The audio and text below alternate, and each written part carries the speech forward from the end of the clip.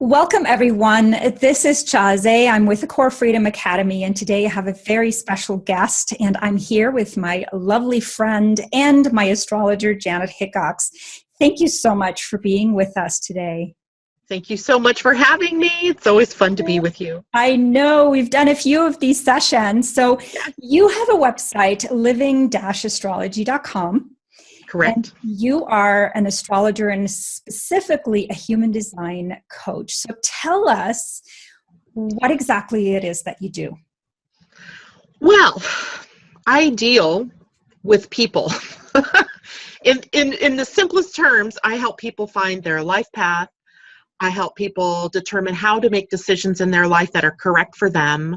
I guide people through the different questions that they have, usually about relationships or their money or health or, what am I here to do? Those big questions sometimes that people have. And by looking at their astrology chart and or their human design chart, I can open up sort of the map or the sort of the pathway for them to be able to get on track with where they were headed. And it's amazing. It's amazing work. I love every second of it. As you know, it's like my favorite topic. I always want to talk about it. I can't imagine anything else in my life than this. Yeah, you definitely have found your mission and the thing that brings you joy, which is actually why I decided to have this call with you, because what I've done for this particular course that I'm launching is I've created a survey and I've put this out to my students and the students that have pre-enrolled in this particular course. And it's all about creating passive income online. And one of the questions is, what is holding you back from creating passive income? And hands down, almost 100% of the participants said, and over 70 people submitted this survey, they said that what's holding them back is not knowing what their mission is. They don't want to put in the effort into creating something if it's not 100% in alignment with why they're here. And so people are really having problems with figuring out what is it that they actually could do in this life. And so I know that you and I have been working for quite a while, actually. Now we've known each other for a few years now. Right. Yeah.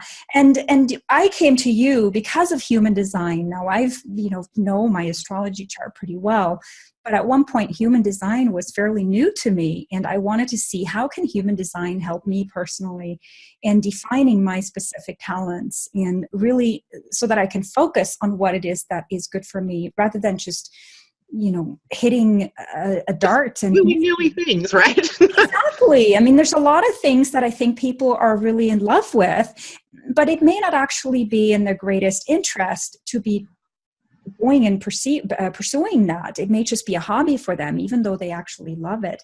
So how can astrology, or in particular, maybe talk about the differences? How can that actually help people? The simple matter is that I think a lot of times we are exposed to systems, to families and cultures and all this information that, bombards us from all over that tricks us into believing that we are something that we are not, or that we should be something that we haven't been.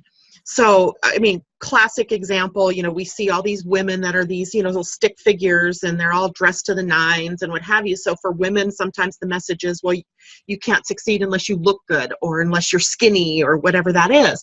So there's this conditioning that's gone on from the world that can kind of cloud, who we really are.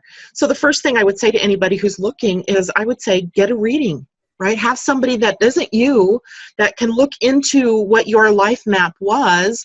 And of course, that was laid down at your birth. I mean, plain and simple, many philosophers from many years back have that whole idea of that there's something in the stars that we can equate to what's happening here on Earth, whether you're comfortable with it being energetic as in, the planet Mars in this certain place has this effect, or whether you want to look at it as the archetypal energies, the patterns that are developing at the particular time you were born.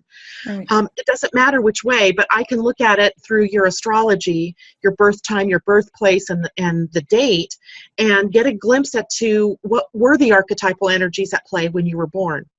And from that point, I can inform you as the client as to what pathway might be best for you. And guess what else I find when I do that?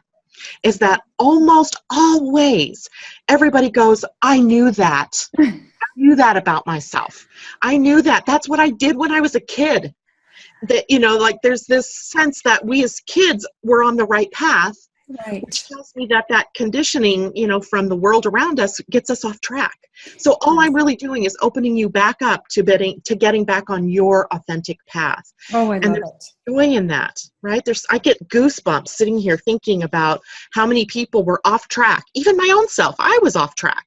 Right. And just by, this little correction, just opening my eyes, helping me to remember who I really was and what I was really here to do, that my life changed significantly and people's lives changed significantly. It doesn't matter what you think about astrology, doesn't matter what you think about anything else, except that, there's a mission you have here, or a life purpose, let's put it in that terms. Because some people have a life mission. Mother Teresa certainly had a mission in her life, but other people have a life purpose. And they're not mutually exclusive. Some people have both. But it's not better to have one or the other. It just depends on, who you came to be and what you came to do. What would you consider the difference between the life mission and the life purpose? I think life mission is something that's driving you, something that drives you to keep doing what you're doing. So you might say, like Mother Teresa, she's a great example of that because she was on a mission to help the poor. And a life purpose is maybe not quite so much in the doing. It's in the who am I being?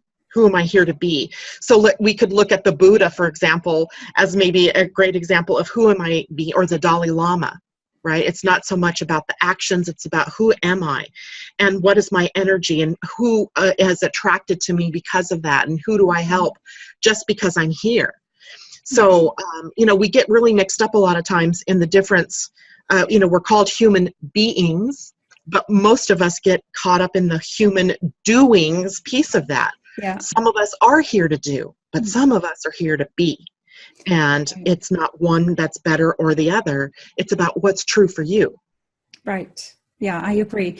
So let me ask you this, and then I want to get back to astrology versus human design, what the difference is. But I do want to ask you something, because if astrology is a pseudoscience for a lot of people because it's not an exact science, right? If we take oxygen and hydrogen in the right conditions, we'll always, without fail, always get water. But with astrology, though, there is chance for improvement, or we can deny it, or we can do whatever. So it's not an exact science. And therefore, I think scientists call astrology the pseudoscience. But is it any less valuable because of that? What do you say to people about that? Well, let's face it, for millennia before now, astrology was the science, right? Mm-hmm. It was medicine, and it was, life path and life purpose, and it was the guidance for societies as a whole. It was only at the dawn of the Industrial Revolution and the Scientific Revolution began that we sort of started not paying much attention to those intuitive gifts, those intuitive arts. Right. And, what's interesting about it is I just did an article maybe 2 weeks ago about different ways of knowing and how we so much in our conditioning of today value logic, which is based on all of the scientific method and proof and all of that kind of thing. And we value that more than their other two ways of knowing. And so in human design astrology, I say, okay, there's 3 ways of knowing. There's definitely logic, which reality suggests it's really only a recognition of patterns, right? The sun rises in the east, it sets in the west. I observe that over time, and now I can form a hypothesis, and it can turn into the truth. Right? The sun does rise in the east and it does set in the west. So there's value in that. From our ancestry, right? We would know that it was winter that was coming, and so we would need to put up, food and get shelter and that kind of thing, those things taken care of. There's value in logic. There's another way of knowing, however, and that's intuition. And the intuition is really instinctual. And in human design, it comes from the spleen, which is the center for intuition, but it's also a center for survival. So it's really based in gut instinct, right? That instinct that tells you to turn right instead of left, and then you avoid an accident or, whatever. In our lifetimes, we do that a lot. And that's a very valid way of knowing. But there's a third way of knowing in human design, and that's just knowingness. I don't know how I know what I know, but I know it. Mhm. And of course, I've experienced that one directly in my life because I don't know why I know astrology. I have no clue. Up until I was about 40 years old, I knew what astrology was. I knew I was a Gemini, and I knew that, other people were other signs. But suddenly, right around my 40th birthday, I went through a revolution where suddenly this information came into my consciousness.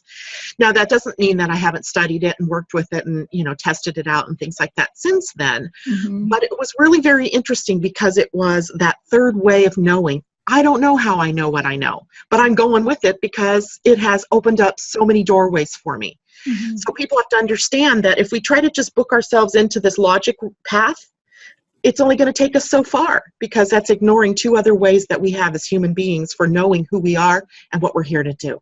Right. Did I get off topic there? No, it really makes all the sense in the world because I think a lot of people, when they're coming down to saying, well, I want to see it on a piece of paper, if I can see it and rationalize over it with a calculator or something like that, that's when I believe it. But if I can't see it on a piece of paper, then it must not exist. And that's a dangerous way, very limiting kind of way of living, actually. Absolutely. So the thing is that I do want to tell the audience that is listening to this that you actually offer on your website a free mini reading that people can subscribe to, and then you send them a free mini reading back, or they can then decide to work with you as a human design coach or as an astrology coach. Yep.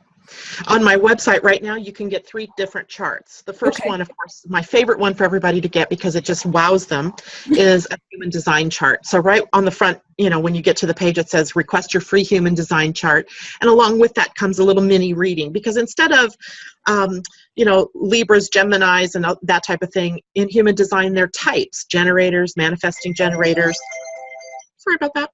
And reflectors and what have you. So it's a totally different concept. So you can get your free human design chart. But now because Jupiter has moved into Libra long term for the next year, I'm also offering people a glimpse at what growth and expansion looks like for them in this year. Nice. So you can get a free Jupiter and Libra chart. It also comes with a little explanation because I can't just send you the chart and expect you to know what it is. Or you can, if you've never seen a natal chart, if you've never seen your personal astrology chart, you can also order one of those. Either way, it's free. I do offer you the ability to have readings if you want them, but certainly it opens up the mind to seeing what was my personal path and how is it different from my husband's or my wife's or my kids or my family of origin. So yeah, actually, I want to talk about that, but I do want to give out your website right now so that people who are chomping at the bit can go and order their free report right now. So you are at living-astrology.com, and I put this actually at the bottom of your name so that people can go there. Oh, good. Right? Yeah. Livingastrology.com with a dash in between. So talking about the different personality types, because I know that when I got into human designs, one of the first things that I did was not only pull my chart and try to figure out, okay, well, how do I really function on a human design level? But how does my daughter function on a human design level? And because we live together, right? And wow. For me to read about her human design chart, she is a 4-1, or is it a 1-4? 4, I always get the numbers right. 4-1. I'm sorry, 4-2. She's the hermit opportunist. Oh, so she's a 2-4. So she's a hermit opportunist. She's a 2-4. I am a 6-2. So we both have the hermit thing going on, which, it's really, really quite interesting because when I finally studied her chart and my chart together, it's almost like, the expression of the penny dropped, scales falling off your eyes, aha moment, like, oh my revelation. I wish I would have known this.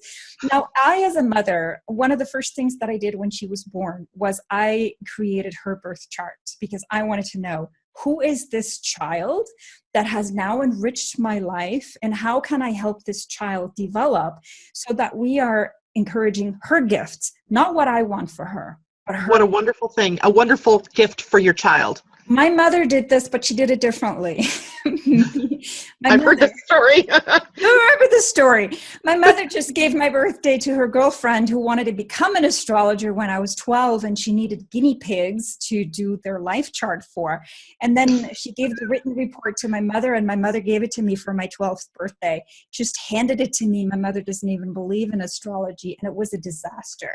Scared the pants off you, didn't it? Scared the pants off of me. I mean, it really, I was like, I lost hope because I felt like, wow, these flickering dots in the sky pretty much have determined who I am and how I tick and what I'm supposed to do in life. No, I don't. I want freedom in my life. I mean, above anything, you're talking about mission and passion, mission and purpose.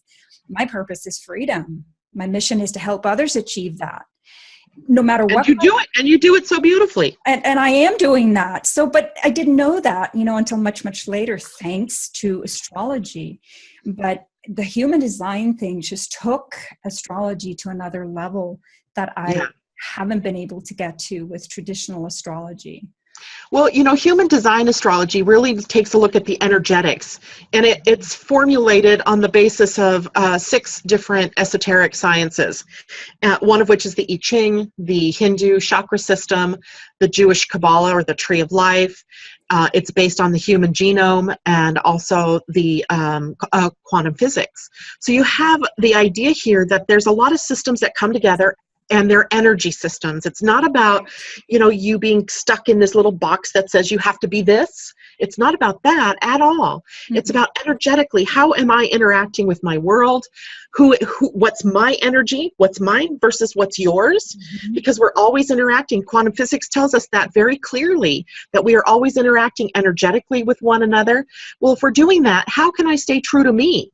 Because some people's auras and some people's energies are big. They're large and they're in charge and they go out in their life. And now you, as maybe a more mild energy, are being really affected by them. So how do you stay true to you in the midst of a world that's filled with different energies? Yeah. So really, it starts with know thyself, right? That's my big tenet. That is, know thyself. It's above my door. And it starts with knowing who you are so that when you are working with other people, you can be your true self and help them to become their true selves. That is huge. Beautiful, beautifully said, because this is exactly, I think, why people are not following their path. Because like you said at the very beginning, they've been clipped their wings by parents or teachers or the education system or coworkers, and this clipping continues. And so the person then comes into this rat race with, well, I have to have a job, I have to make money. And so they're completely off the wrong track, not even honoring what they actually originally came to. And the human design thing for me just really snapped me out of it. And what's interesting too, though, is because I think so many people do have a conflict, or we can't call it a conflict, I think, in human design, we call it a conundrum. A conundrum. So me being a 6-2, for example, the 6 being the role model that says, I want to be out there and be heard and be seen and share my message. And then the hermit that says, no, I don't want any of that. I'm hiding. I'm hiding. I just want to go live in a monastery somewhere in Nepal or in Italy or someplace, and I don't really want to be all that. So there's these conflicting, I think, energies within us that we often are not aware of. And all of a sudden with human design, I was made aware of these conundrums. And I started to realize, now I get it. I totally get it now. And it helped me define a career, so to speak, a workflow around my specific energies. And today when my parents, they look at me and they think what I do is really strange because it's non-traditional. It's not the traditional way of, well, you're going to go and get an education and work for an employer for 40 years and 50 years, and then you're going to get your retirement. Hopefully. Yeah, you have that retirement package. You're going to stay there for forever and a day and do what they tell you to do. And that doesn't work for me because I have Uranus is my biggest thing. It's all about change and non-conventional type of living. And planet of freedom. It's my planet of freedom, but I didn't know this. So I really want to stress to the audience that what Janet says, know thyself, is the greatest gift that you can give yourself and to the people that you live with and the people that are waiting for you to get your purpose on straight. no matter You what need that your is. light. You know, one of the most fascinating things I think about human design is interacting with this other process called the gene keys, which I don't really want to get into. But when Yes. you take a look at the human design, there are 64 gates in the human design. And Mhm. it's hard to say that without looking at a picture, but just know there's 64 personality traits, we could call them. Well, you have 64 codons on your DNA strand, and there are 64 hexagrams in the I Ching, and all of these things are part of human design. So there's a real coherence that I find striking. I just, Yeah. it's beautiful, and it would be unbelievable if I hadn't experienced it myself. Yeah. And so it really holds some real key truths for us. You know, and one of the things that we are really beginning to learn is that our DNA is a transducer of light.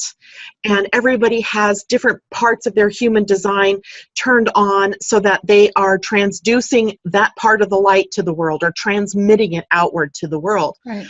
So it becomes vitally important for your physical being to be in alignment with your true self.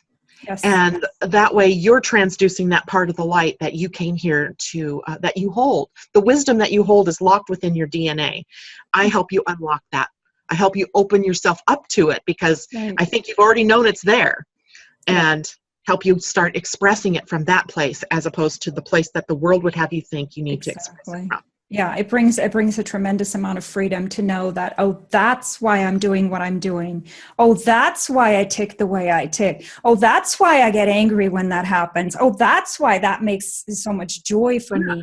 Or that's why I feel like I'm always hitting my head up against a brick wall, because I keep doing things that are in exact opposition to what I'm meant to do them. Right. And, you know, that's where I came into this. I was always asking, why am I doing the same things everybody else is doing, but it doesn't work for me? Well, Yes. wouldn't you know it, I have the gate or the channel of succeeding where others fail and failing where others succeed. Mm-hmm. I couldn't be the normal everyday Joe out there in the world. It wasn't working. Right? It wasn't working. So being able to discover that and have access to that level of information is huge in affecting your relative success in life. In life. And, you know, we're talking about conundrums.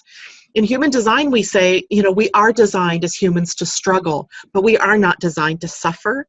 The struggle creates the energy, the impetus for change. Mm-hmm. It shows you where you might be out of alignment with what's true and authentic for you. Right. So don't be afraid to struggle, or the conundrum, if you will. Mm-hmm. But I would be very afraid if nothing was struggle. If I didn't have to struggle for anything, I would be more worried than I am about what I struggle over. Right. And struggle, yes. Suffer, no. Don't suffer. Yeah. Human design actually begins down in the root center, and joy belongs down there. So one of the gates of joy is at the very foundation of who we are. Mm-hmm. So it's hard to believe that we're meant to suffer when that's one of the gates of the foundation. That one, and enlightenment, imagination, and, you know, it's just funny that we think of ourselves as suffering when that is not who we are meant to be at all. Yeah, I totally agree. Well, I thank you so much. I thank you for being my human design coach, and I thank you for being on today's call and for giving us this brief overview of what astrology and human design can help with. And I really do hope, I'm speaking to the audience here for a second, that you're going to go to Janet's website at living-astrology.com. Again, I'm going to put this in the video. And you're going to get your free little mini reading, and that you're going to be connecting with Janet, because you can tell that she's very passionate about what she does. And those are the best and my favorite coaches to have on my side, because they love doing what they're doing. They're about purpose. They're about their mission. And those are the people that then can help raise your vibration to the next level. It's infectious in a very positive way. And you know, no matter what your passion is, you want to be infectious too. Yeah, you know, absolutely. You want to raise the energy and vibration of the people you're with, and love. It begins with love. Love what you do. Love who you are. Know who you are. Know who you are. Who you are. Then love who you are. Yeah. And then spread it out to the world. Exactly. It can't help but spread out. It's just energy, right? Very, very well said. Yeah, I totally agree. Well, thank you so much, Janet. Thank you. Thank you for letting me share my passion and joy with your listeners. And I look forward to another chat soon. Yeah, absolutely. Thank you so much. And I'll talk to you next time. All right. Okay. Bye for now. Bye.